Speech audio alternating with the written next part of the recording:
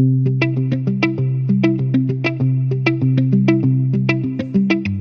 my name is Zabuli. I am a gospel artist, and well, ever since COVID began, I had been on the road serving, I think, for the past 3 years. Just last year alone, I had over 40 schools in the north I went to serve to, and I didn't know from the time I started doing the road ministry. I didn't know I needed a break. I didn't know I needed a breather. So when when COVID began, before they put Uganda on lockdown, I was already on a school tour. Like, there was already like schools in a pipeline, over 15 of them I was supposed to visit, and I'd already done 2 of them.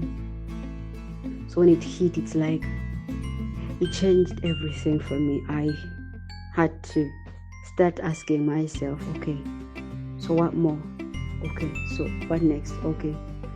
And I learned about this new thing where you go online and serve, and I didn't in the first place before COVID actually see value for any work online. And when I went online, I saw everyone was doing a live feed about the music, a live feed about preaching, and I asked God, what is the place for me in this? Because I'm one person who loves people to a place of real, like not just where they get to speak. No, I love a place where whatever you speak, whatever you do, it's driven from a point of who else can be blessed by this, who else can learn out of this, what else can I learn about myself to be a better version of myself. So I kept asking God. I told him I don't want to do what everyone else is doing. So God told me, you've always wanted to talk about relationships. I apparently have very many letters from schools that I visit where young people are suicidal in thoughts because of love, sex, and relationships at a very young age. So God told me that there is your cue. So I started my live feeds. The first one was over 10,000 people were reached in an hour, with over 35 shares. Like, these are just statistics. On my timeline for video work that I've always been posting, I'd never gotten this kind of thing. So I started noticing people enjoy the real when it's a one-on-one.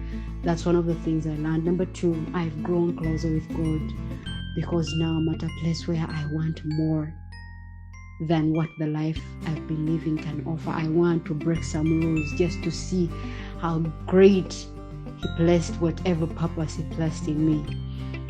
But most of all, I have learned what it means to live by faith. I've not been serving, and most times, because I do a lot of charity, whatever I earn goes back to charity.